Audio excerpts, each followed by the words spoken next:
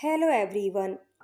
आज की कहानी है औरतें अपने लिए नहीं जीती भाग दो। कहानी अगर अच्छी लगे तो लाइक करें, शेयर करें और प्यार भरी कहानी चैनल को सब्सक्राइब करें। सूरज जी सरिता के पिताजी का नाम था। जब भी सरिता चाचा ससुर के मुंह से यह बात सुनती कि सूरज जी जहाँ भी मिले उन्हें 4 जुतियाँ जरूर मारना, यह सुनकर सरिता जी का हृदय कर्रा उठता था। उन्हें अपने ससुर जी पर गुस्सा आता था कि वह क्यों चुपचाप सुन लेते हैं। लेकिन सरिता के ससुर जी ऐसे ही थे। उन्हें केवल अपनी ही फिक्र थी, परिवार से कोई मतलब नहीं था। खुद का अच्छा खाना और अच्छा पहनना। ससुर जी के भरोसे तो शायद बच्चों को भीख ही मांगनी पड़ती, लेकिन दादी सास जैसे तैसे चरखा काटकर, गोबर बीनकर, मूंगफली छीलकर घर को चला रही थी। बीच बीच में चाचा ससुर कुछ कमा लेते थे। सरिता के पति गोपाल की नौकरी लगते ही घर की सारी जिम्मेदारी उन्हीं पर आ गई थी। उनके साथ ही शादी के बाद सरिता के लिए तो गृहस्थी का प्रारंभ ही तपस्वी जीवन की शुरुआत थी। गृहस्थ जीवन से बड़ी कोई तपस्या नहीं होती। न जाने फिर लोग तपस्या के लिए वैराग्य क्यों ले लेते हैं। शादी से पहले ही सरिता ने सुन रखा था कि उसकी दादी सास बड़ी ही खुर्राट है और घर में उन्हीं की चलती है। शादी के बाद उसने देख भी लिया था, लेकिन उसने यह सोच लिया था कि वह दादी जी को शिकायत का कोई भी मौका नहीं देगी और उनकी सोच को समझने का प्रयास करेगी और उनके अनुभवों से सीखने का। जैसे जैसे सरिता अपनी दादी सास को जानती गई, वह उनकी हिम्मत, बुद्धिमानी, मेहनत और जुझारूपन की कायल होती गई। उसकी दादी सास भरी जवानी में विधवा हो गई थी। उन्हें पीहर या ससुराल कहीं पर भी कोई सहारा देने वाला नहीं था। अपने दम पर अपने बच्चों को पाला पोसा और उनकी शादियां की। सरिता की सास तो घर के कामकाज में फूहड़ थी ही। दादी सास ने सिखाने की कोशिश भी की, लेकिन वह सीखने की इच्छुक भी नहीं थी। उनके बच्चों को भी दादी सास ने ही पाला था। सरिता ने नोटिस भी किया था कि उसके पति अपनी माँ से ज्यादा दादी के नजदीक थे। फिर चाची सास की कमियां भी बड़ी बहू की गलतियों और कमियों के कारण ढक सी गई थी। चाची सास अंधों में कानी रानी जैसी थी। उनके बाद अब सरिता घर में बहू बनकर आई थी। अपनी सुशीलता और सुदृढ़ता के कारण सरिता जल्द ही अपनी दादी सास की आंखों का तारा बन गई। दादी जी जब तब अपनी दोनों बहुओं से कहती थी कि यह सरिता इतनी गुणी और चतुर है, इसके काम में कभी कोई गलती ही नहीं होती। जब यह गलती करेगी ही नहीं तो मैं इसे भला क्यों डांटूंगी। तुम्हें सिखाने के लिए ही तो डांटती हूँ। मेरे से ज्यादा तुम्हारा अच्छा कौन सोच सकता है। मैं तो यही चाहती हूँ कि तुम्हारी गृहस्थी में सुख और शांति रहे, सब कुछ अच्छे से चले। दादी जी बड़ी किफायत से घर चलाती थी। ऐसा ही वह अपनी बहुओं से चाहती थी। सरिता के मायके में दूध दही की नदियां बहती थी, लेकिन यहाँ आधा लीटर दूध में सबके लिए चाय बनानी होती थी और फिर दूध बचाकर उसमें जामन देना होता था। दही में खूब सा पानी डालकर रायता बनाना होता था। सरिता के मायके की छाछ भी उससे ज्यादा गाढ़ी होती थी, लेकिन सरिता ने सब कुछ अपने आप ही समझ लिया था। जब भी बहुएं अपने बाल धोती थी तो दादी जी बोलती थी कि अपने कपड़े बालों के आगे डाल देना ताकि साबुन के पानी में कपड़े धुल जाए। सब्जी की कढ़ाई में कभी आटा गूंदवाती थी या कभी पानी से धोकर वह पानी दाल में डलवाती थी। मजाल कभी दूध की भगोनी पर मलाई चिपकी रह जाए। सरिता सभी काम दादी जी के अनुसार ही करती थी। वह कोई भी चीज बर्बाद होने नहीं देती थी। दादी जी ने तो सरिता को आगे पढ़ने की भी अनुमति दे दी थी। वह तो गोपाल ने अपने अहम के कारण मना कर दिया था। हर इंसान का दूसरों के साथ व्यवहार दूसरों द्वारा उसके साथ किए जा रहे व्यवहार पर निर्भर करता है। किसी और की नजरों में जो बुरा है, जरूरी नहीं वह आपके लिए भी बुरा हो। आज जब दादी जी का हाथ सरिता के सर पर नहीं है, शादी से लेकर उनके जिंदा रहने तक दादी जी ने उसे एक भी दिन डांट नहीं लगाई थी, बल्कि हमेशा उसका पूरा पूरा ख्याल ही रखा था। सरिता दादी सास का दिल जीतकर अपनी एक तपस्या में तो सफल हो ही गई थी। अपनी दादी सास को याद करते हुए सरिता की आंख से 2 बूंद आंसू लुढ़क गए थे, जिन्हें उसने पोंछ लिया था। हम इंसान न तो ज्यादा खुशी बर्दाश्त कर पाते हैं और न ही ज्यादा गम। ऐसा कुछ आज सरिता के साथ भी हो रहा था। उसे नींद नहीं आ रही थी। और उसका मन भाग भाग कर अतीत की खिड़कियां खोल रहा था। सरिता की एक ननंद की शादी चाचा ससुर ने की थी। सरिता को आज तक भी याद है कि चाचा ससुर कैसे जब देखो तब सुनाते रहते थे कि मैंने सुनीता की शादी में यह दिया वह दिया था, लेकिन सरिता के सास ससुर कुछ नहीं बोल पाते थे।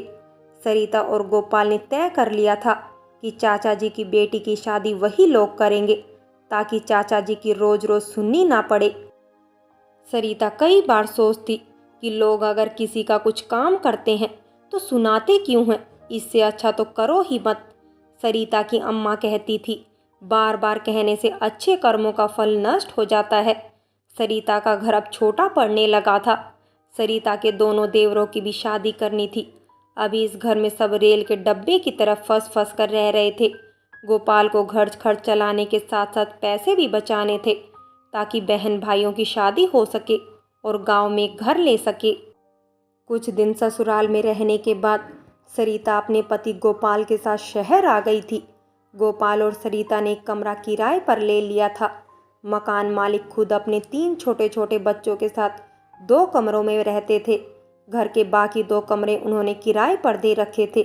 दूसरा कमरा गोपाल के ही एक साथी कर्मचारी ने ले रखा था। सरिता के पति के पास खाने पीने के लिए 2-4 ही बर्तन थे। एक गद्दा, तकिया, चादर और सर्दियों में ओढ़ने के लिए एक रजाई थी। सरिता के पति खाना खुद से नहीं बनाते थे। खाना वह कभी बाहर से तो कभी अपने किसी साथी के पास खा लेते थे। उन्होंने अपने पति के साथ जाकर एक स्टोव, एक कढ़ाई और एक परात खरीद ली थी। पति के साथ नई जगह पर उनकी छोटी सी गृहस्थी शुरू हो गई थी। एक कमरे का छोटा सा घर और 2 जने रहने वाले। सरिता के पास काम ही कितना होता था। सरिता सारा दिन बोर होती रहती थी। उधर उनकी मकान मालकिन 3-3 बच्चों के साथ पूरा दिन जूझती रहती थी। सरिता ने उनकी कामकाज में मदद करना शुरू कर दिया। कभी वह उनके साथ बैठकर उनके बर्तन साफ करवा देती, कभी सफाई करवा देती, कभी बच्चों को रख लेती तो कभी खाना बनवा देती। जब सरिता उनके यहाँ खाना बनाती तो मकान मालकिन कहती, सरिता अपने और भाई साहब के लिए स्टोव जलाओगी, यहीं अपने लिए भी 4 रोटी और सेक लो, सब साथ में ही खा लेंगे। अक्सर सरिता शाम का खाना मकान मालकिन के पास ही खा लेती थी। मकान मालकिन के पास सिलाई मशीन भी थी। सरिता अपने ब्लाउज आदि खुद सिलती थी। मकान मालकिन के भी फटे टूटे कपड़े वह सिल देती थी। एक बार मकान मालकिन ने कहा, यहाँ पास में ही एक टेलर की शॉप है, उससे ट्रेनिंग ले लो, फिर तुम हर नाप के ब्लाउज बना सकोगी, थोड़ी बहुत आमदनी भी हो जाएगी, उसमें कोई बुराई नहीं है। लेकिन भाभी जी, वह तो सीखने के पैसे भी लेगा ना? सरिता ने पूछा। नहीं लेगा, मैं उससे बात कर लूँगी। वैसे भी तुम्हें मुश्किल से 7-8 दिन लगेंगे, हाथ में तो तुम्हारे पहले ही सफाई है, मकान मालकिन ने कहा। सरिता आज भी मकान मालकिन द्वारा की गई उसकी मदद को नहीं भूली है। सरिता की गृहस्थी की गाड़ी चल रही थी। सरिता अपने पति को पूरा सहयोग दे रही थी। दादी सास और अपनी माँ की सिखाई हुई बातों पर चलते हुए बड़ी किफ़ायत से घर चलाती थी और 4 पैसे बचा भी लेती थी।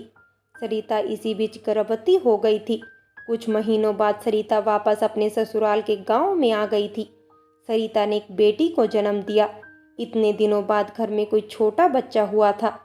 सरिता की बेटी को सभी लोग बड़े लाड से रखते थे। इसी बीच चाचा ससुर वापस काम करने चले गए थे। गोपाल ने गांव में एक दूसरा घर खरीद लिया था।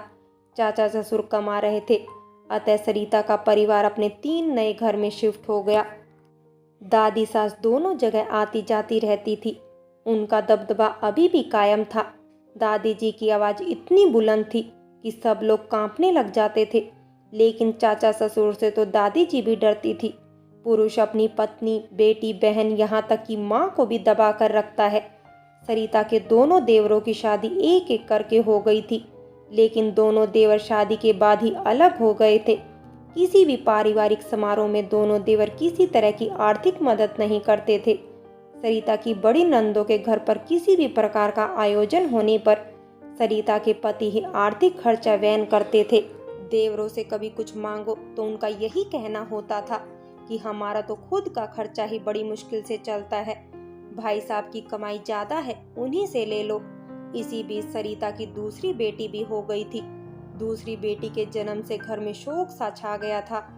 20 दिन के बाद ही सरिता को घर के कामकाज में लगा दिया गया था। यह उसकी बेटी को जन्म देने की सजा थी। तब उन लोगों को कौन बताता कि पुरुष का गुणसूत्र तय करता है कि बेटा होगा या बेटी। सरिता एक बात अच्छे से जानती थी कि उसकी बेटियों की जिंदगी उसकी जैसी नहीं होगी। वह उन्हें खूब पढ़ाएगी और लिखाएगी ताकि वे दोनों अपने पैरों पर खड़ी हो सके। धीरे धीरे सरिता के पति भी यह स्वीकारने लगे। चाचा ससुर फिर से घर पर आकर बैठ गए थे। उनकी बेटी 4 बार 10वीं में फेल हो गई थी। अब लड़की को घर में कितने दिन बैठाएंगे। तब उसकी शादी की बात होने लगी थी। सरिता और उनके पति को ही सारी जिम्मेदारी उठानी थी। सरिता की यह चचेरी ननद पूरी पूरी रात लाइट जलाकर पढ़ाई करती थी, लेकिन फिर भी फेल हो जाती थी। वैसे भी घर के कामकाज यह कम ही करती थी, लेकिन परीक्षा के दिनों में तो पत्ता तक नहीं हिलाती थी। तेज इतनी थी कि सबसे लास्ट में अच्छे से घी डालकर रोटी बनाती थी। अपना एक निजी संदूक रखती थी और उस पर हमेशा ताला लगा कर रखती थी। सरिता की एक दूर की बुआ की बेटी थी। उनका लड़का शादी लायक था। चचेरी ननंद की बात चलाई गई और लड़का लड़की को देखने के लिए आया। सरिता के पति और ससुराल वालों ने लड़के को झूठ बोला था कि लड़की 10वीं पास है। सरिता के भांजे यानी कि लड़के को संदेह हो गया कि लड़की ने 10वीं पास नहीं की है। उसने सरिता की चचेरी ननंद से एक किताब पढ़वा ली और झूठ पकड़ा गया। उसने लड़की से 10वीं की मार्कशीट मांग ली। फ्रेंड्स, बाकी की कहानी अगले भाग में देखें।